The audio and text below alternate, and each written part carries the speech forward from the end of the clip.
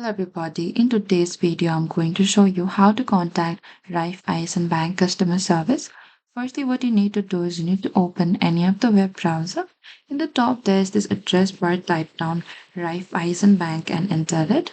And from here select this Raiffeisen Bank International AG.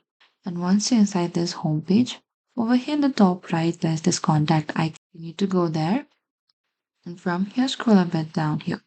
So if you need any help with your corporates and institutional clients here, so over here what you need to do is you need to fill up a form here. So over here you need to select your country and from here you need to select the interest rate that you're dealing with.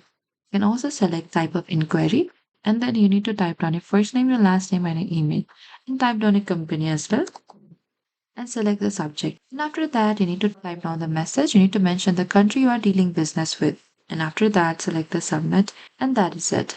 Thank you for watching this video. I hope this video was helpful.